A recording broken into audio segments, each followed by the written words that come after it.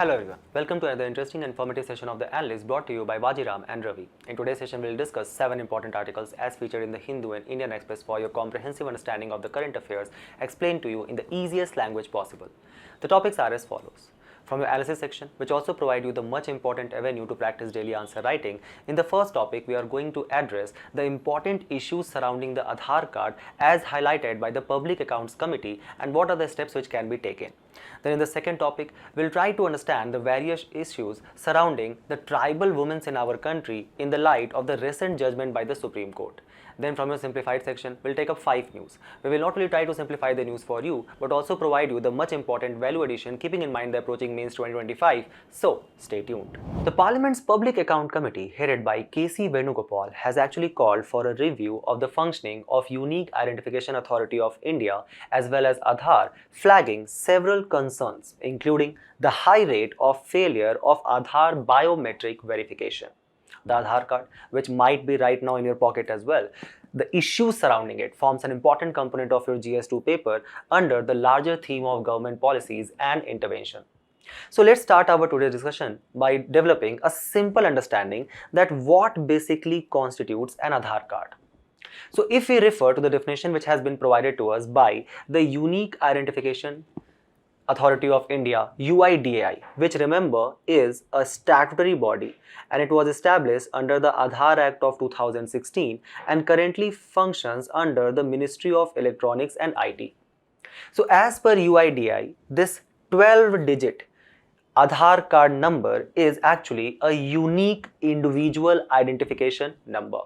And as per the Aadhaar Act of 2016, this 12-digit number basically serves two important purposes. First, it acts as a proof of identity of an individual who is residing in our country. And second, it acts as a proof of address for the residents. So basically, now a question might be arising in your mind that who can register to avail the Aadhaar card?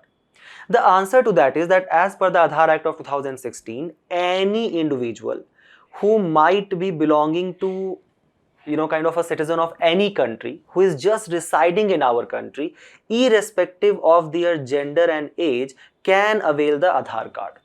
So let's say, for example, there is a 5-year girl who comes from the country Namibia. Even this 5-year-old girl can also avail for Aadhaar card.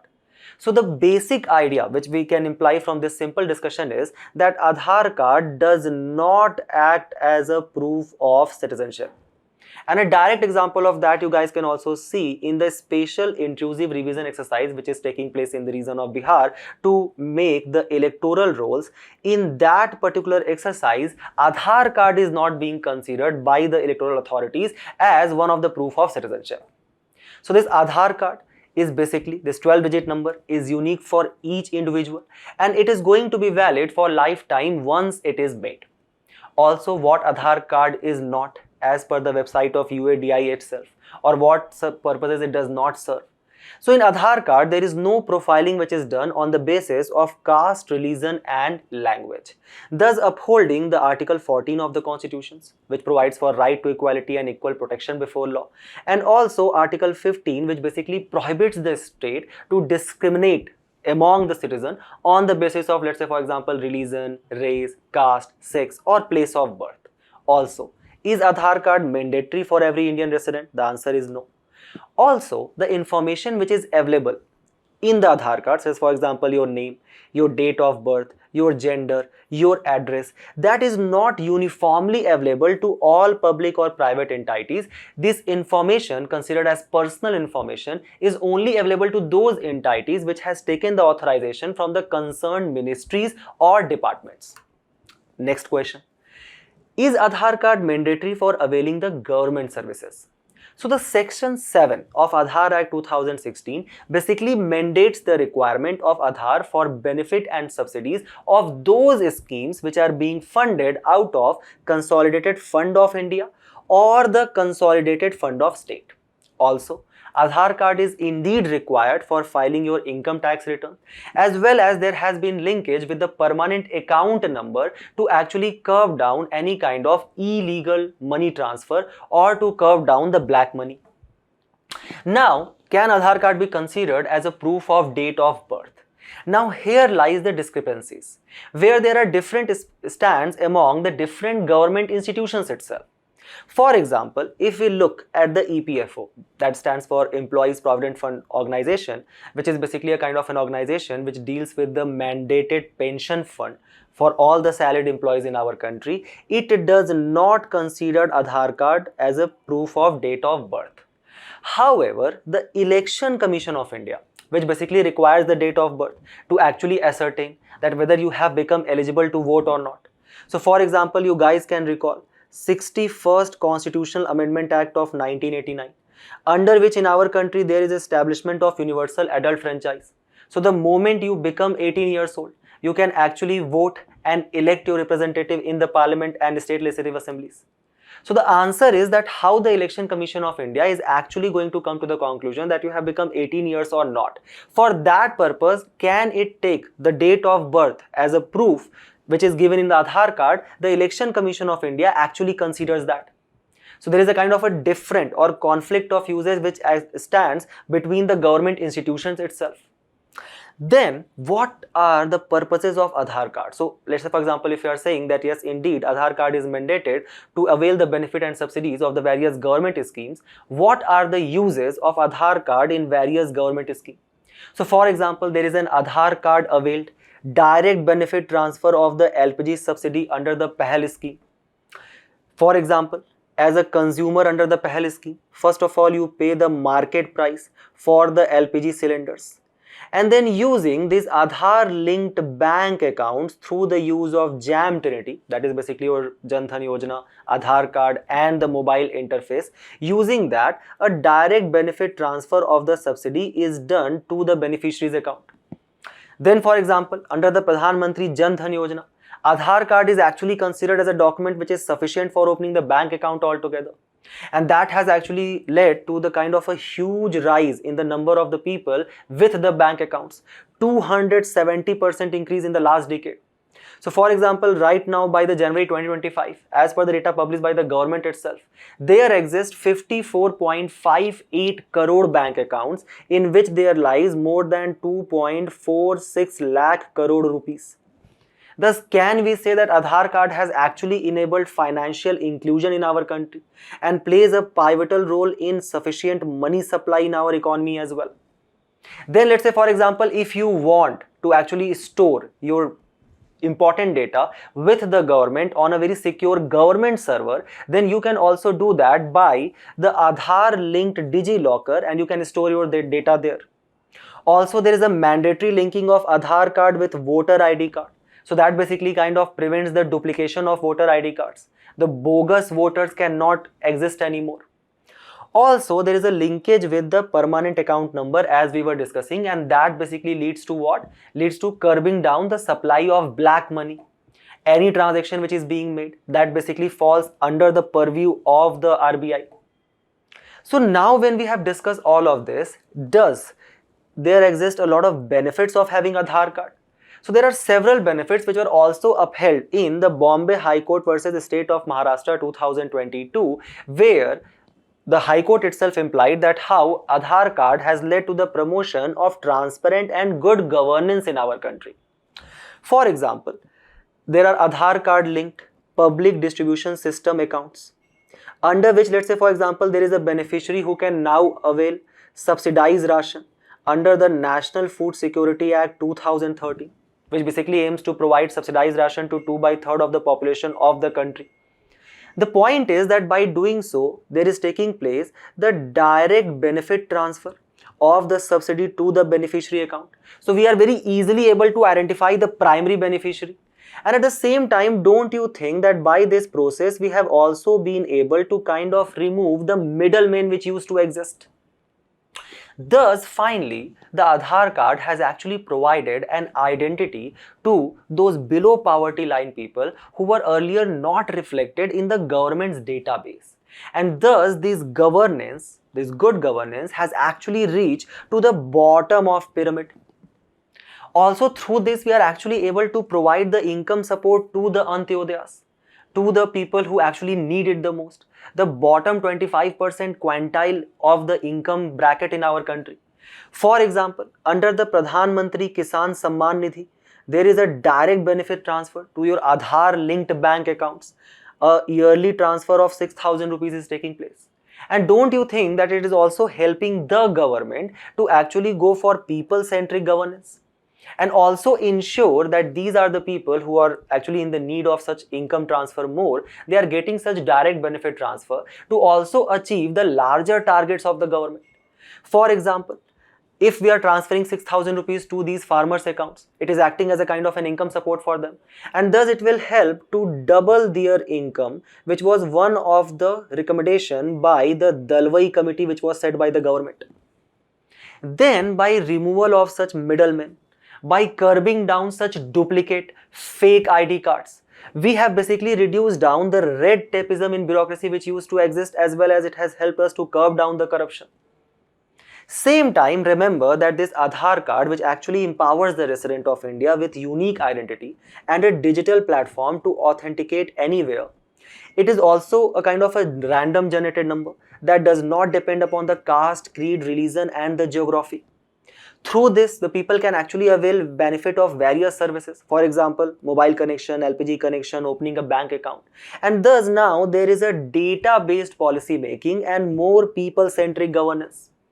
So these are the benefits. But at the same time, how the today's article actually highlights that there lies several issues in having the Aadhaar card. The first and foremost is the biometric verification failure, which is a very serious issue considering most of the government schemes, if you want to avail the benefits of that, it is directly tied to your Aadhaar card. But what if the fingerprint and the iris scanner, it is not matching only? And now you are being actually considered as ineligible to avail the kind of the benefits of those government schemes. And that is exactly what is happening. That has been highlighted by the Public Accounts Committee. The UIDAI officials has actually kind of come in the defense, and they have said that this biometric verification failure is taking place. The reason for that is that, let's say for example, if there is a person who is enrolled in MG Narega and is doing manual labor across the day, so it can happen that the kind of the fingerprints do not match with the fingerprint which was registered 6 months back. Or for example, in the case of elderly people, it is often has been noted down that the iris patterns cannot be recognized. All of this has led to false negative, exclusion of the eligible beneficiaries.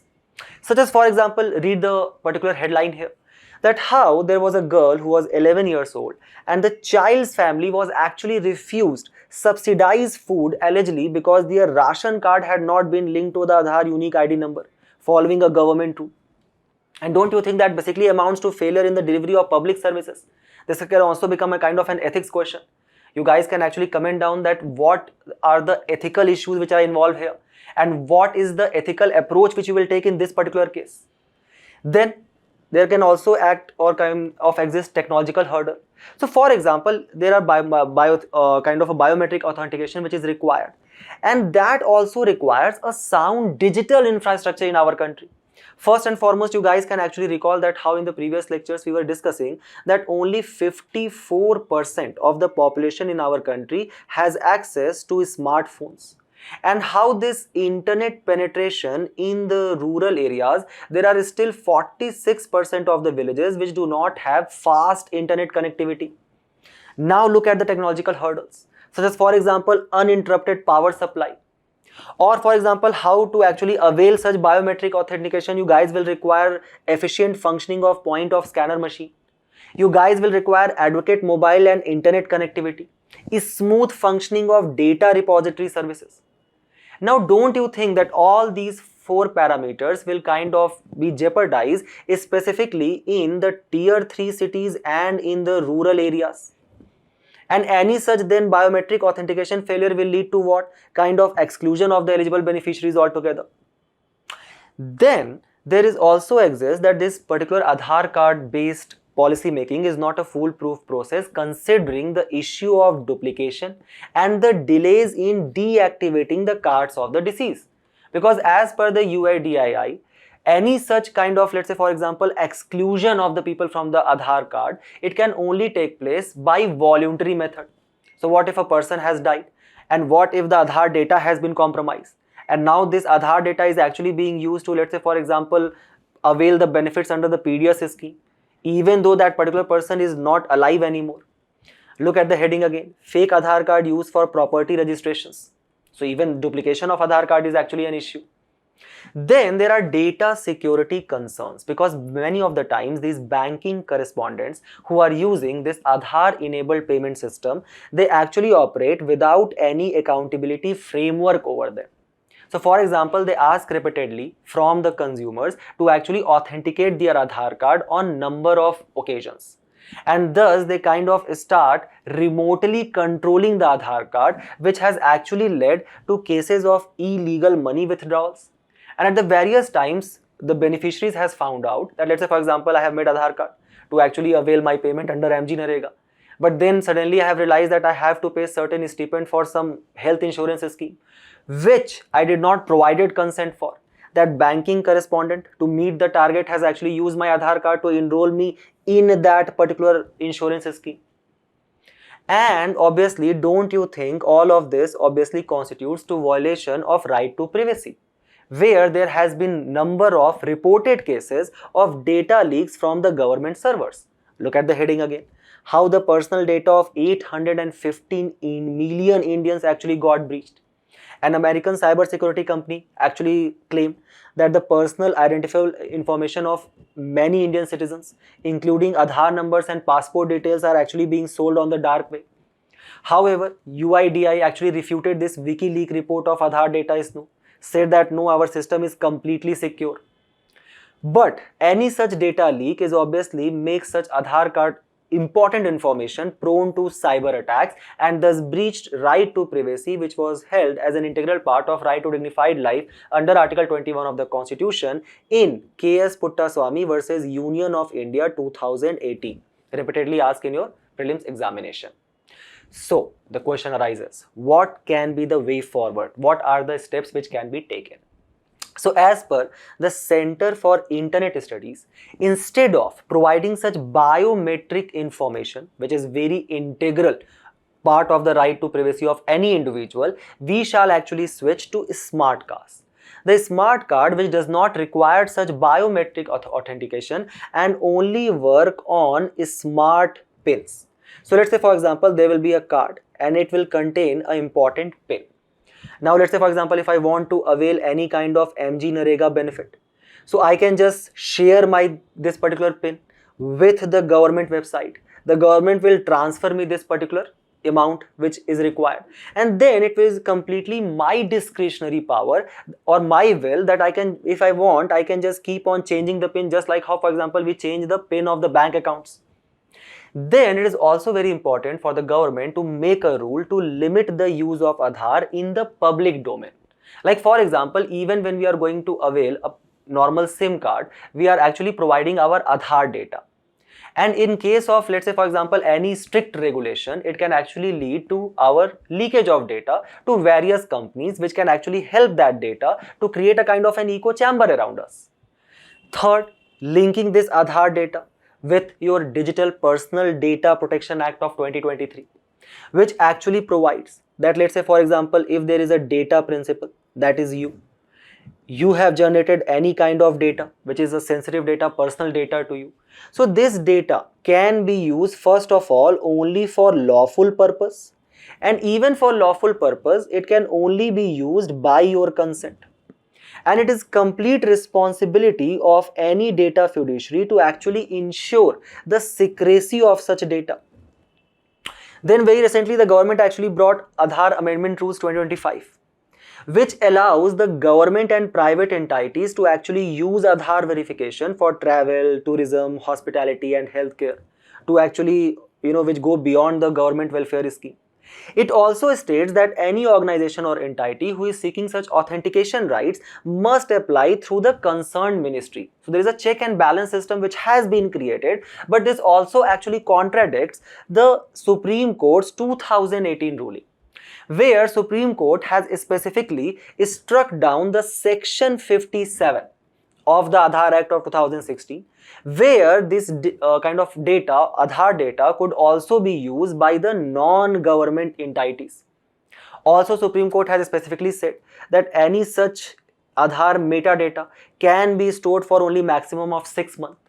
So these Supreme Court rulings should also be kind of incorporated by the government under the kind of the rules which it is framing. So remember all of these suggestions, write a good way forward in this particular question, and we move forward to the next news, where the apex court of the country has actually recognized the rights of the tribal women and their heirs on ancestral property. These issues, which revolve around the development of the tribal women, forms an important component of your GS1 paper under the larger theme of issues related to tribal development. First, let's try to understand that how we create actually introduction for our means answer. So whenever a question will arrive on scheduled tribes or particularly vulnerable tribal groups, we will provide some data-based introduction. For that purpose, there are certain very important data which we are going to learn about the scheduled tribes and PVTGs in our country. First and foremost, there exists no definition of scheduled tribes in the constitution. There is only one specific article, the article 342, under which these scheduled tribes are actually notified. The idea is that the article basically says that there shall be a special provision for the development of tribes, and such scheduled tribes will be notified by the President of India. To actually identify any particular tribe as scheduled tribe, there is a generally accepted criteria. First and foremost is the diversity of their language, their distinct social and cultural organization, their economic and underdevelopment, and their geographical isolation.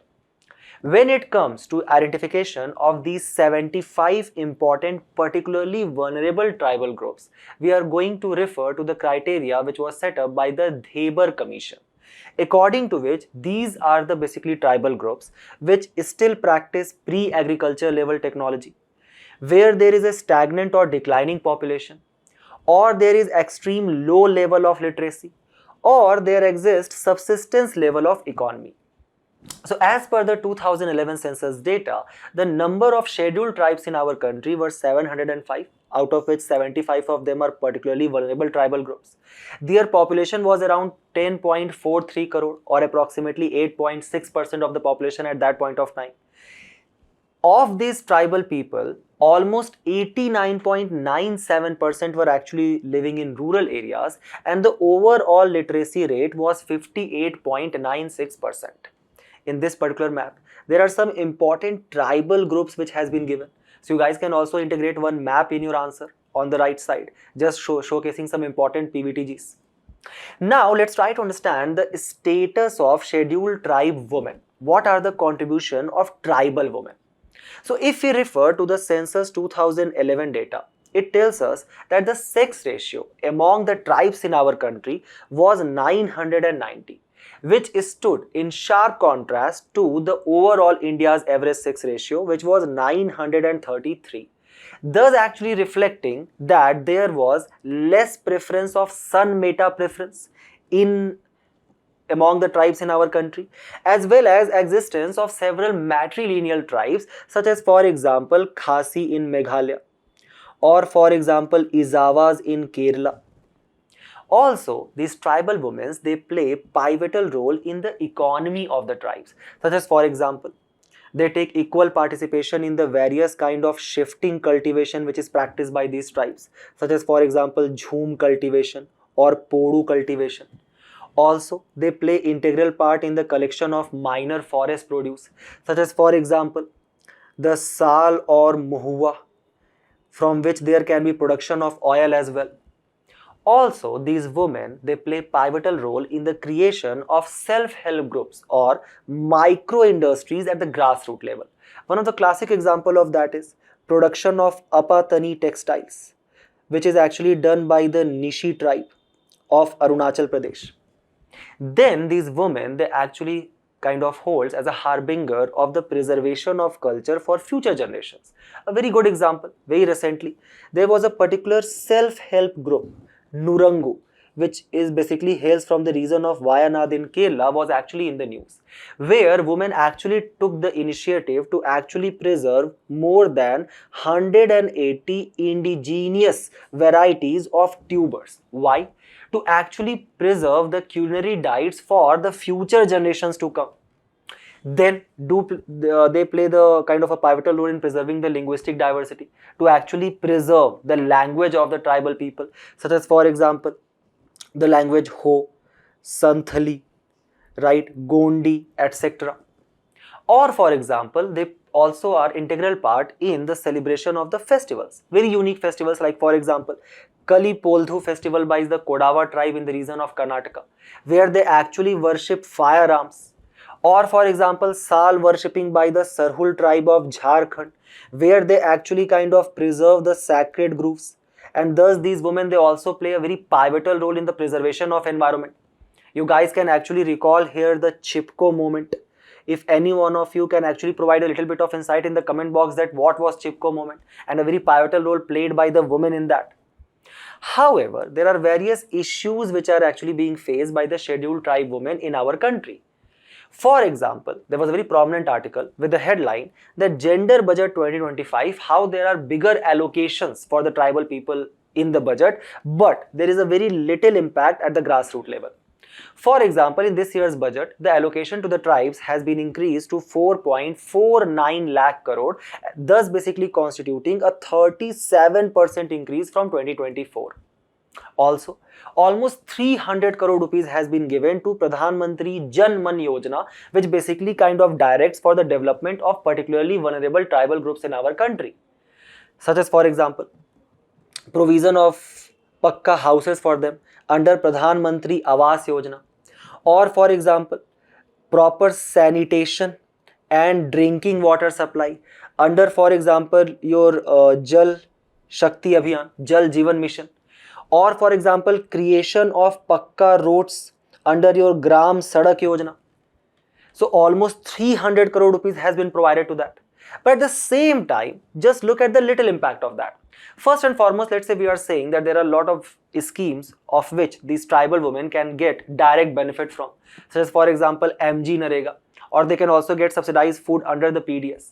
But at the same time, when we are talking about the smartphones and the internet penetration in the rural area, now imagine the internet penetration taking place specifically in the tribal belts of these 75 PVTGs. So there exists a lot of digital illiteracy, and that leads to incursion of middlemen to avail the benefits. So for example, under MG Narega, let's say for example, if you are getting 10,000 rupees, the middleman is saying that I will charge 4,000 rupees to actually make sure that that money gets into your account. Also, you have provided this 4.49 lakh crore to the Ministry of Tribal Affairs, or allocation to Ministry of Tribal Affairs has almost increased by 45%, but there is no specific allocation under the Scheduled Tribe sub-plan. Also, there exists underutilization of funds. Why? Because of the prevailing red tapeism and lack of community involvement. Then, some can argue that, for example, there has been democratic devolution to these women by Panchayat extension to scheduled areas Act 1996, under which there is 33% of the seats are reserved for these scheduled tribal women. But then there exists a problem, and that is Sarpanch Pati concept, where most of the tribes are patrilineal. So it is very obvious that due to the patriarchal norms, it is the men who are considered actually enough to go and sit in the office, right? One of the major reasons for that is also the high illiteracy which actually prevails among the tribal women. So for example, the national female literacy is around 64.63% as per census 2011, but among the tribal people it was actually less than 50%. So they are not educated enough, first of all, to actually demand for their political rights. Then there is no specific data as such for female labor force participation rate among the tribal women, but it was around 47% in the rural areas.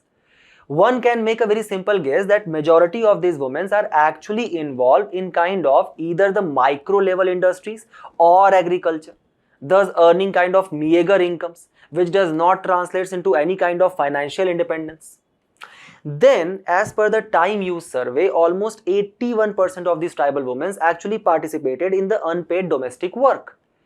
As per the socio-economic caste census 2011, almost 40% of the scheduled tribe population lived below the poverty line, as against the 20.5% non-tribal population. Then there are certain specific issues when it comes to the health of the tribal women. 65% of these tribal women between the age of 15 to 49 years actually suffer from anemia. Anemia is basically kind of deficiency of iron in the blood of the woman. And this deficiency of iron, why? Because of kind of the poor nutrition, actually translates into low red blood cells. The red blood cells which has a pivotal role to actually carry oxygen in your blood. Thus, 25% of the pregnant and lactating mothers, they have actually insufficient calorie and protein intake. Or the rate of institutional delivery is actually as low as 70%. And that basically translates into high maternal mortality rate, which is actually beyond 100 for tribal women against the India level, that is 93. Maternal mortality rate, which basically constitutes of the death of a woman while giving birth or during pregnancy between like let's say for example, even if she has delivered the baby and she dies within the 42 days. So that basically constitutes maternal mortality, and the rate is basically calculated per live birth death per 1 lakh women. So that is 93, the overall India's average. And for tribal women, there is not a specific data which has been released by the government, but it is basically assumed by various reports that it is beyond 100. Also, if we talk about the children who are born to these tribal women, the under 5 mortality rate is actually 57 per 1000 live birth, which basically showcases us what? The kind of the poor status of health and infrastructure which specifically exists in the tribal area. A very recent report which made the headline, you guys can actually recall that how there was a tribal woman who was supposed to give birth to the future generation of our country, and she waited for the ambulance to arrive to the main road, not to the near the hamlet of the village, but to the main road, and the ambulance was not able to arrive at all, and thus she was actually forced to give birth on the road. That is the status of health infrastructure in our country. And that basically translates to what? Inadequate maternal and children care, which you guys can see in these data as well, leading to the poor building of human capital, specifically among the children of these tribal women. Thus, they have low skill accumulation, and over a period of time, that basically leads to industry required skill offered mismatch. So for example, a tribal woman who is basically kind of bearing this child, living in a tribal village, which is completely devoid of any kind of basic human capital infrastructure, such as for example, good schools, good primary healthcare infrastructure. Do you think that these children will be able to kind of, get jobs in the industry 4.0 or industry 5.0 in the future? And if they will not get the jobs, obviously that will translate to a vicious cycle of poverty. Thus, to curb all of these challenges, there are several important steps which has been taken by the government of India. The first and foremost is the Adi Adarsh Gram Yojana, under which the government is trying to develop 36,000 model villages. Those villages who at least have 50% of the tribal population, or at least 500 scheduled tribe people are living there. The government is saying that we are actually going to provide here Pakka Ghar, kind of a clean drinking water through tap. We will also create roads here, we'll provide electrification, right? We will also provide residential schooling models, as for example, Eklavya residential model schools. Then the government, to actually create employments among the tribals, has come with Janjati Vikas Mission, under which the government is basically creating One Dhan Vikas Kendra, which basically act as a kind of a center for the collection, processing and marketing of the minor forest produce on which the tribal people have right under the Forest Right Act of 2006. Now let's say the product has been created. You need to sensitize the larger people about the tribal products, the authenticity of them, the quality of them, and for that purpose, the TriFed has created Adi Mahotsav, the tagline of which is Be Vocal for Local. Also, to actually deal with their health issues, it is very obvious that we need to further include these scheduled tribe people in the Ayushman Bharat Yojana to kind of provide much more benefits to them under the National Health Mission.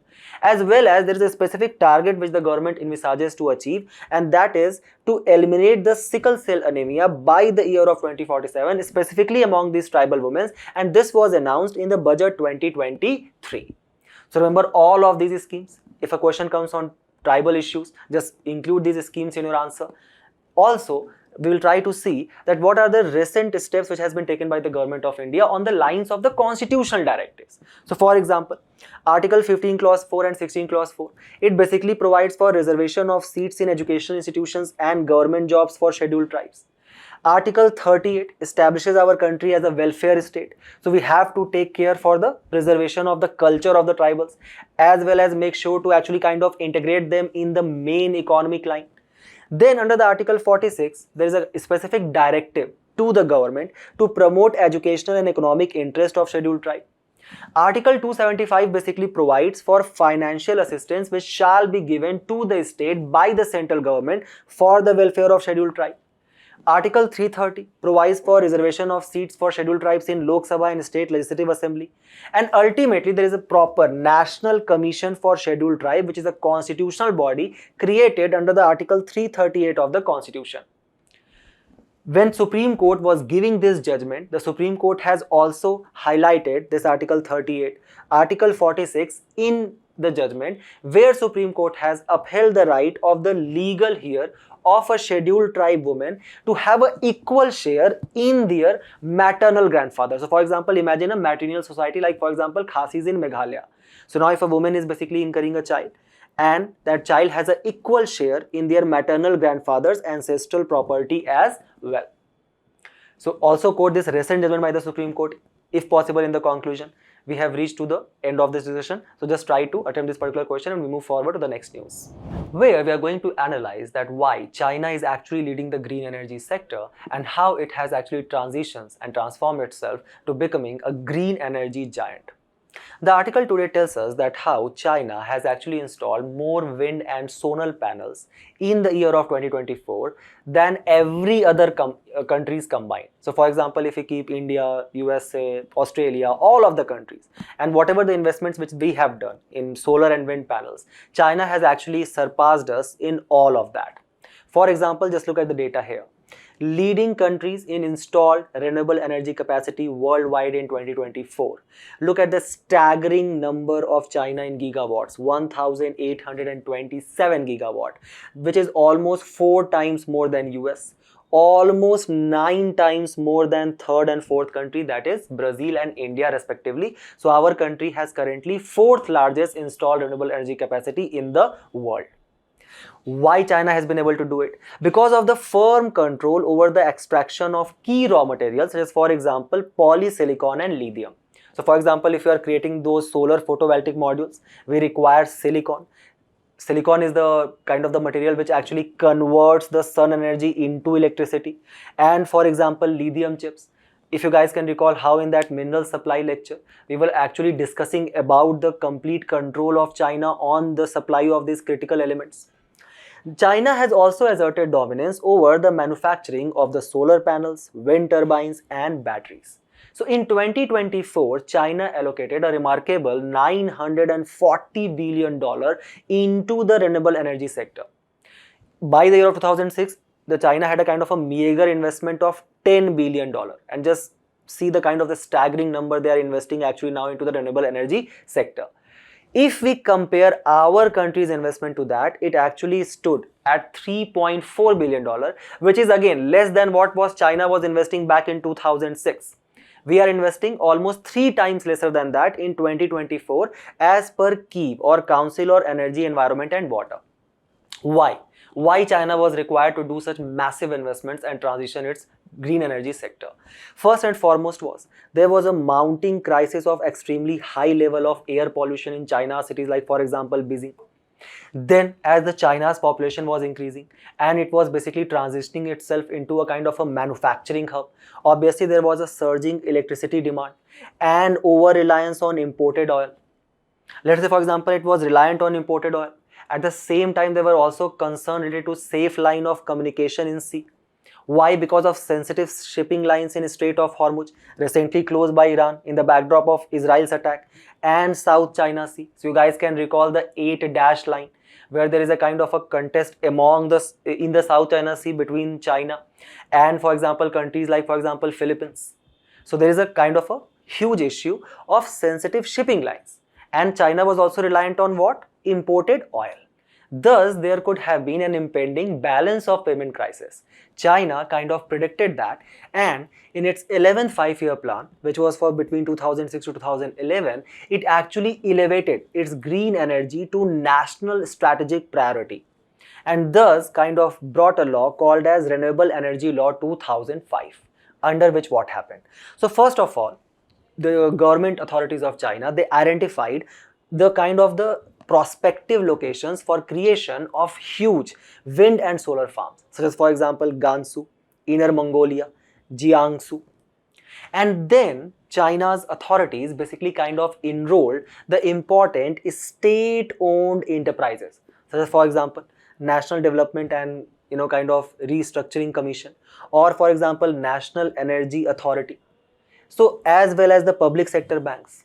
And they were basically directed to provide what? Heavy collateral free loans, using national programs such as for example Belt and Road Initiative to actually create huge infrastructures in the country, and integration of funds and technology, thus kind of facilitating a government backed renewable energy transition, where they actually focused upon extraction of important raw materials, for example your silicon, lithium, etc. Then creation of hydropower stations, for example in Africa, wind farms in Latin America, as well as setting up of high voltage transmission lines even in the remote areas. And when they started facing challenges and certain, let's say for example hurdles, there was a very important role which were actually played by these SOEs or state-owned enterprises, where they started actually focusing on the sunrise sector. So for example, in our country, we are saying that we are going to install rooftop solar panels. But the problem is, first of all, we are import dependent upon the critical elements like for example silicon and lithium, how we were actually discussing in the last few lectures. Then the second problem is that we do not have a skilled population to actually create these advanced solar panels in our country. And the third problem is that, let's say for example, the sunrise sector who can actually create these photovoltaic modules or panels, we did not focus on them much earlier like how the China did. For example, when it comes to the renewable energy, global energy investment, 55% of that actually comes from state-owned enterprises. In sharp contrast to our country, where if we refer to the investment in the renewable energy sector, it is actually the private entities which takes the charge. Right? Then China actually integrated the national grid with the renewable energy system to actually ensure a kind of a smooth integration of the fossil fuel based power as well as the renewable energy power. Also, when the China was actually emphasizing on this build at all cost mentality, it led to certain redundant projects. But then China actually kind of balanced it with signing energy exchange agreements, for example, creation of hydropower stations in Africa, wind farms in Latin America, and kind of creating those transmission lines under the Belt and Road Initiative to actually supply the excessive power to other countries, supply them at low cost initially, start increasing the cost, and ultimately it also becomes a part of the larger factor of the debt trade diplomacy. So in response to that, what are the steps which the government has taken for kind of promotion of solar and wind energy in our country? First and foremost, there was a launch of Jawaharlal Nehru National Solar Mission. Then for example, we started creating solar power based pumps in agriculture sector for irrigation, so that farmers, if they are actually extracting the water, they can utilize the solar energy for that under Pradhan Mantri Kusum Yojana. 100% foreign direct investment was allowed in solar power parks. Green energy open access rules were created for solar energy as well as wind energy to actually kind of integrate the renewable energy into the main power grid.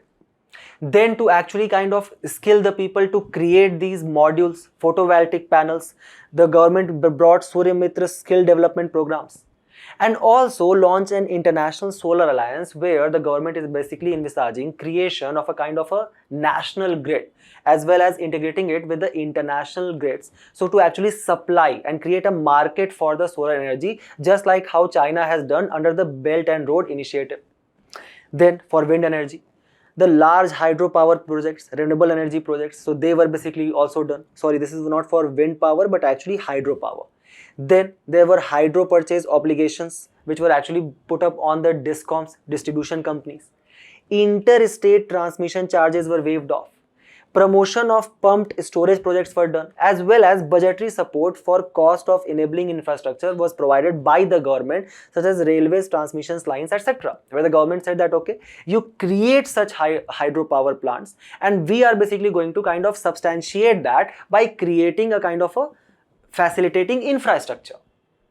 Also, this very important Pradhan Mantri Surya Ghar Muft Bijli Yojana, where the cabinet has actually approved for installing rooftop solar and providing free electricity of 300 units every month to almost 1 crore household, where there are various kind of central financial assistance which is going to be provided by the government. The households can also apply for subsidy through national portal. The household can actually access collateral free interest loan for 7% of the installation of such solar panels in their houses.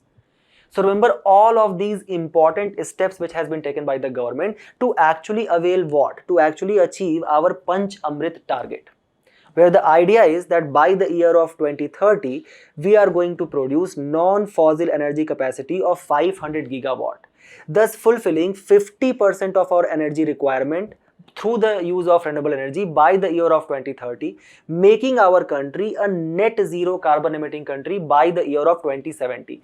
For China, the target is 2060. Currently, the renewable energy share capacity, 45% comes from solar power, 23% from hydropower, 23% from wind power.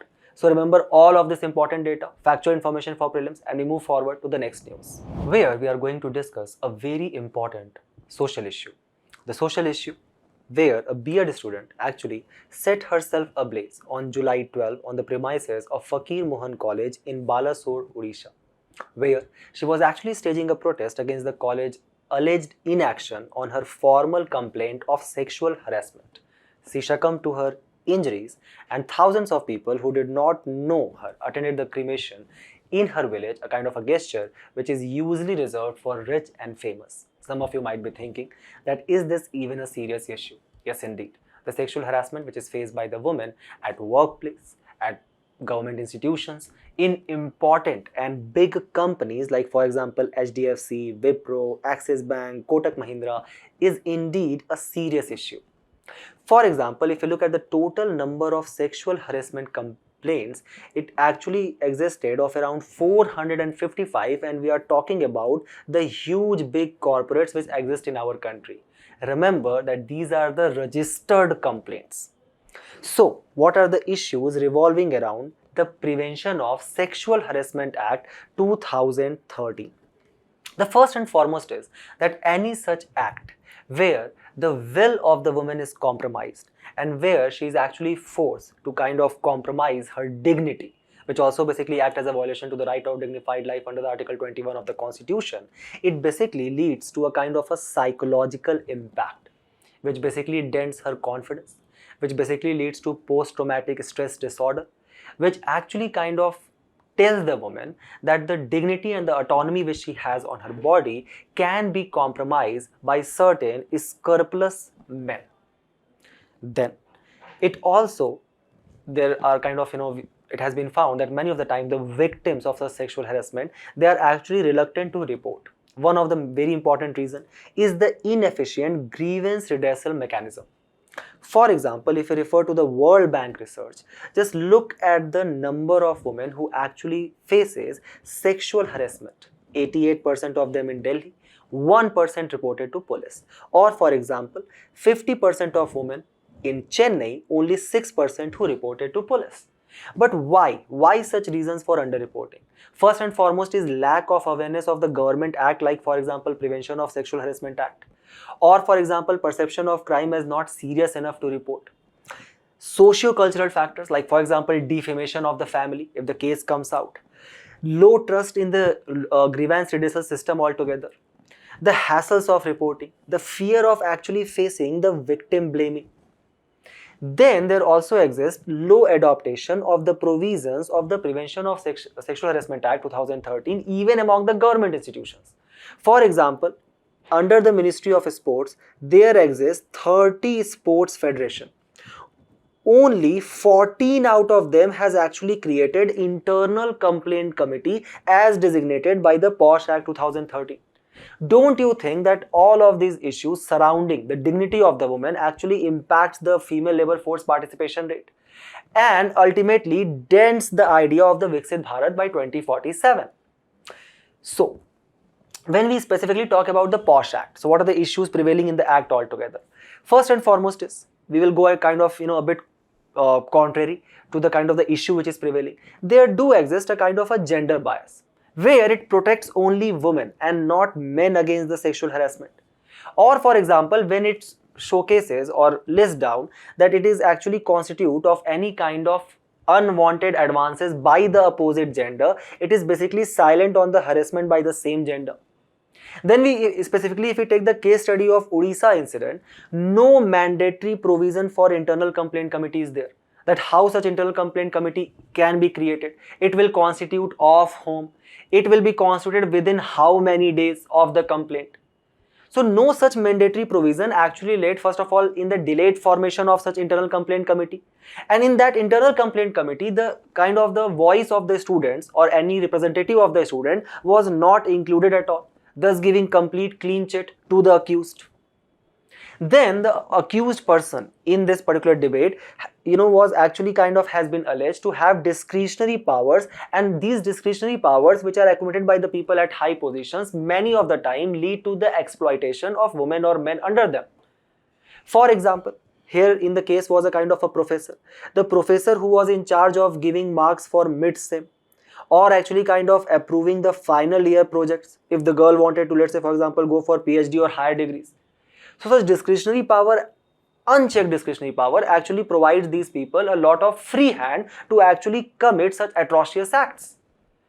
Ultimately, the lack of education and sensitization among the larger public about POSH Act and UGC Act 2015, which actually kind of provides for creation of such internal complaint committee, is also one of the major issue. So what are the steps which has been taken? First and foremost, under Vishakha guidelines, effective enforcement of human rights and gender equality was provided by the Supreme Court under Article 14 and 21, under which POSH Act 2013 was enacted by the government, which provides for creation of internal complaint committee to actually overlook the complaint on immediate basis. And then specifically there is a section 63 which has kind of replaced the section 375 of CRPC, which is Bharatiya Nyaya Samhita, which actually penalizes such offences. Okay? What are the steps which can be taken? First and foremost, there shall be a zero tolerance policy for such case. Strict action which shall be directed by the internal complaint committee and shall be executed by the police. Then we need to establish such internal complaint committee in every organization and institution irrespective of their size and location. We need to amend the POSH Act to make it more gender neutral and prescribe strict penalties for any such offenders. To actually implement this, there shall be creation of fast track court for effective and speedy grievance redressal mechanism. Then there shall be a larger sensitization of the masses about such issues which are taking place, such as for example, the people shall be actually made aware of the movies like Pink, which actually send a very strong message into the society that no means no. And ultimately educating the youth about the morality and the fundamental duty under Article 51A, one of the very basic and the most human it can be to actually respect the woman. The creation of the Viksit Bharat of 2047. We move forward to the next news, where we are going to read about a very interesting concept of the formation of the black hole. First and foremost, what is the context of the news?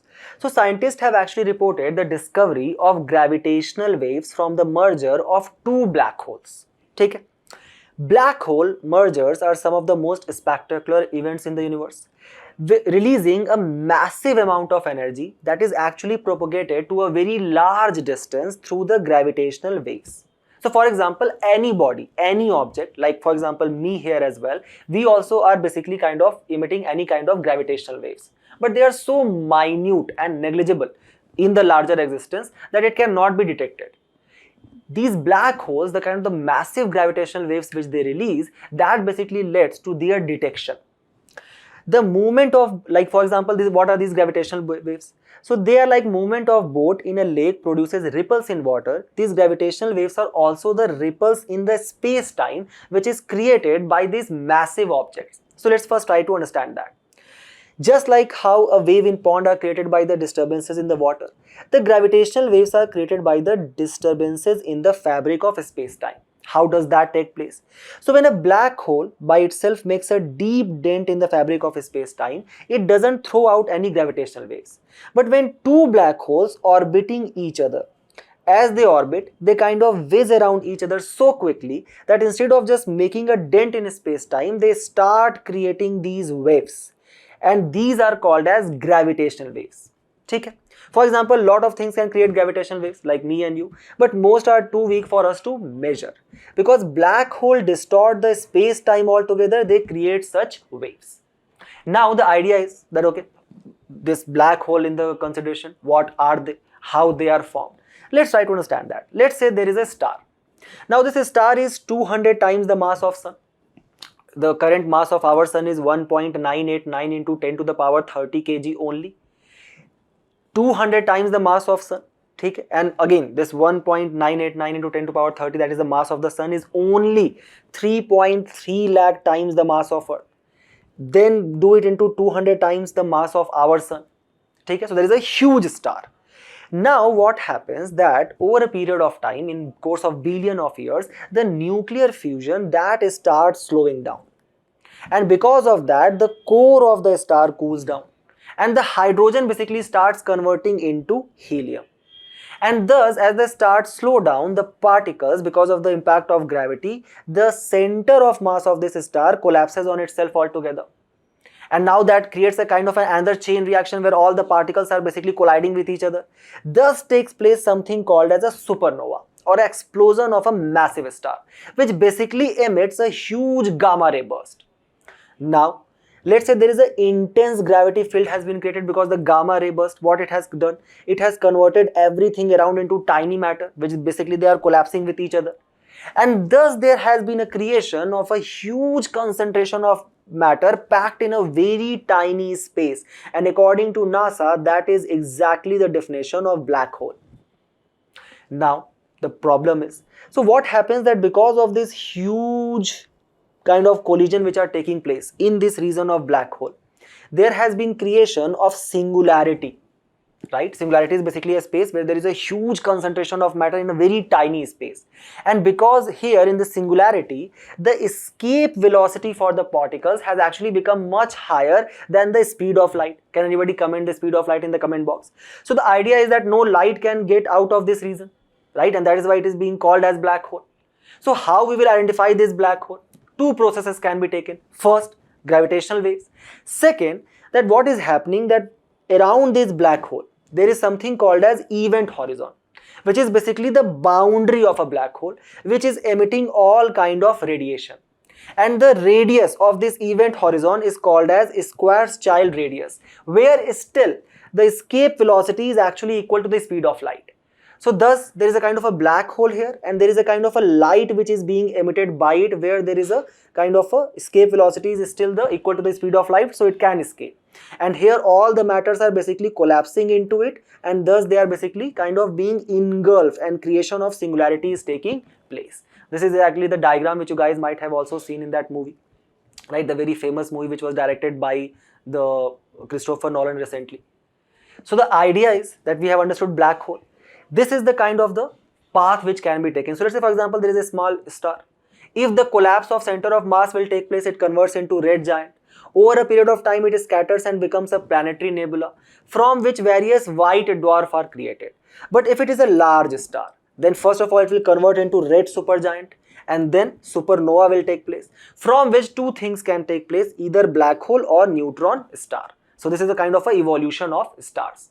Now the question arises that why the study of these gravitational waves are important to us. First and foremost, they are detected by Laser Interferometer Gravitational Wave Observatory, or LIGO, at USA.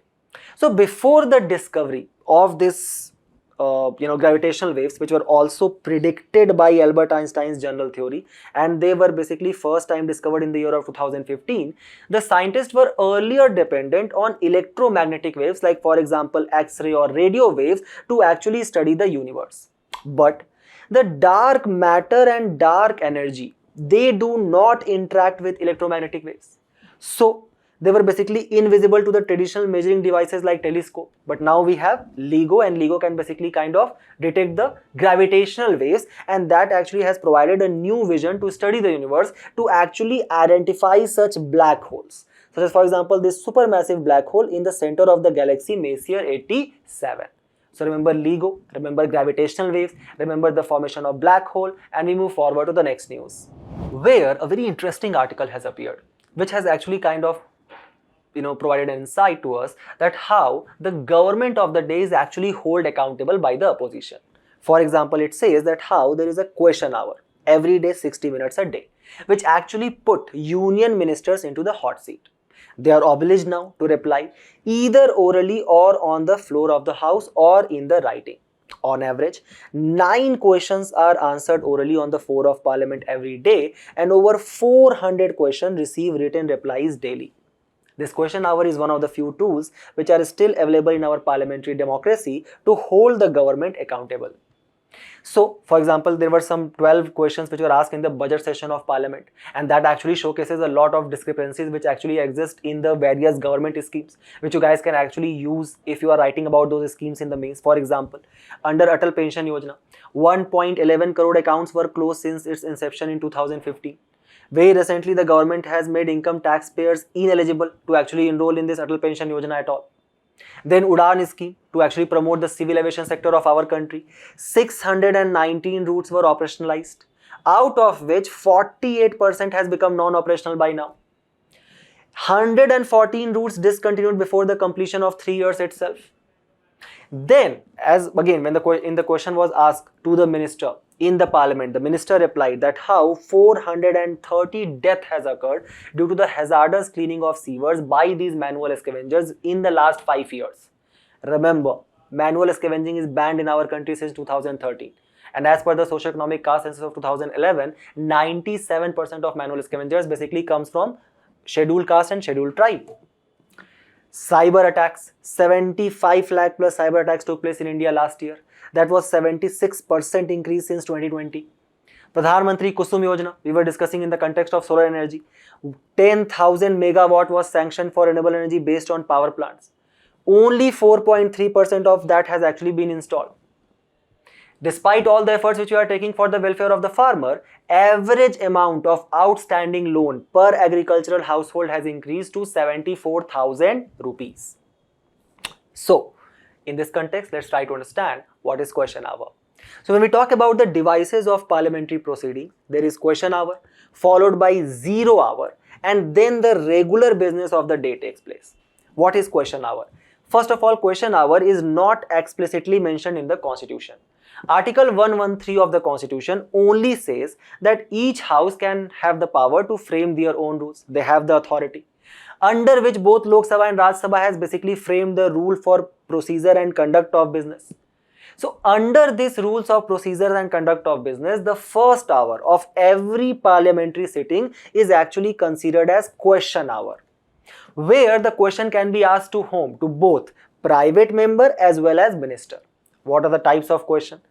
Stat question, highlighted in green, where oral answer is only required, thus supplementary questions can follow. Unstat, highlighted in pink, written answers only, so no supplementary questions can be asked. Third, short notice question, highlighted in light pink, which is asked orally, and for this short notice kind of a question, only less than 10 days is actually given to the minister to prepare for that. Like say for example, there is some kind of huge accident has taken place, some airplane crash has taken place, and now the Ministry of Civil Aviation, you want to question him that why this particular issue has taken place, and you want answers only because you want to ask supplementary questions as well. So which kind of type of question you will ask in question hour? Short notice question. 0 hour. 0 hour in comparison to question hour is neither mentioned in the rules of procedure nor in the constitution, and thus it is a sole informal device which raises the matter without any notice at all. So this is a kind of an Indian invention in the field of parliamentary procedures, and we have not taken it from any or borrowed it from any other constitution, and this has been in existence since 1962. So question hour followed by 0 hour, and ultimately the regular business will take place. Remember all of these facts, we move forward to the last news of the day, where we are going to read about a very prominent historical personality. The name of the personality is Raziyya Sultan. Why? She has been in the news because various influential women icons like Raziyya Sultan, Noor Jahan from the Mughal era, they have been omitted from the new Class 8th National Council of Educational Research and Training NCERT Social Science textbook.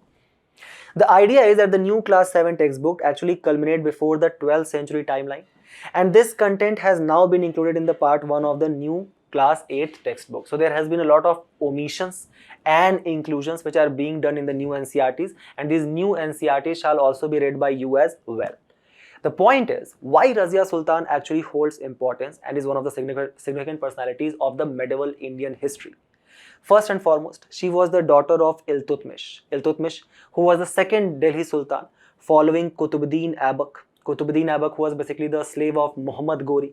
So you guys can recall Muhammad Ghori, who basically defeated Prithviraj Chauhan in the second battle of Tarain 1192, ultimately leading to the establishment of Delhi Sultanate in the year of 1206 by Qutbuddin Aibak. Qutbuddin Aibak was playing a game called as Chaugani, or the modern day polo. He died from, he basically fell from the horse and he died. So after that, the second Delhi Sultan became the slave of him, and that was Iltutmish. The slave of Iltutmish were basically called as Shamsis. And Iltutmish is considered as the real founder of Delhi Sultanate. Why? Because till the time of Qutbuddin Aibak, the capital of Delhi Sultanate was Lahore. It was actually Iltutmish who shifted the capital to Delhi in the year of 1211 C. And thus, because he trusted only his slaves, the slaves called as Shamsis, he basically established the Chahalgani or Bandagan system. Chahalgani basically comprised of 40 influential nobles of that point of time, 40 slaves of Iltutmish, who were given various important departments. Like for example, some of them were made, let's say for example, Diwan. Some of them were basically made Iqtadar at that point of time. So they were basically called as Chahalgani or the Bandagan system. When Iltutmish was on his deathbed, he basically kind of called Raziyya Sultan and kind of requested the Chahalganis to make Raziyya Sultan the next Sultan, his daughter. And thus Raziyya Sultan became the first and the only woman Sultan of Delhi Sultanate and the first female Muslim ruler of South Asia. But when she came into the throne, the Chahalganis, basically the Chalisa, they actually initially thought that they will be able to kind of control Raziyya Sultan because she was a woman. But as the luck would have it, she was a very efficient administrator. She took very effective steps. For example, first of all, she reduced Kharaj. Kharaj was basically the tax which was being charged from the peasants for the state. What she did, she reduced it to actually kind of provide some kind of respite for the larger farmers. At the same time, she also tried to establish a strong control on bureaucracy. Thus, the Chahalganis or the Chalisas, they basically led a kind of a revolt which was led by Salari of Badaun, Kabir Khan of Multan and Saifuddin Kochi of Hasi, ultimately leading to the death of Raziyya Sultan on the fateful day of 15th of October 1240. The point is that even during her rule, there was a kind of a strong resentment by this Chahalgani system. The reason for that was that they were not basically able to accept this idea that a woman is actually going to kind of rule over them. And this was the major reason which was also cited in a book called as Tabaqat-e-Nasri, which was written by Minhas-e-Siras, which basically traces the history of the Ghurid invasions, establishment of Delhi Sultanate till the year of 1260 C. Where Minhas-e-Siras in Tabaqat-e-Nasri basically writes that how Raziyya Sultan had all the qualities of a great administrator, but she only lacked one. She was born in a wrong gender. So with this thought, we have reached to the end of our discussion today. Do not forget to attempt the questions at the end of the video and test your knowledge. We will meet in a very interesting discussion very soon. Till then, all the very best for your preparation and thank you.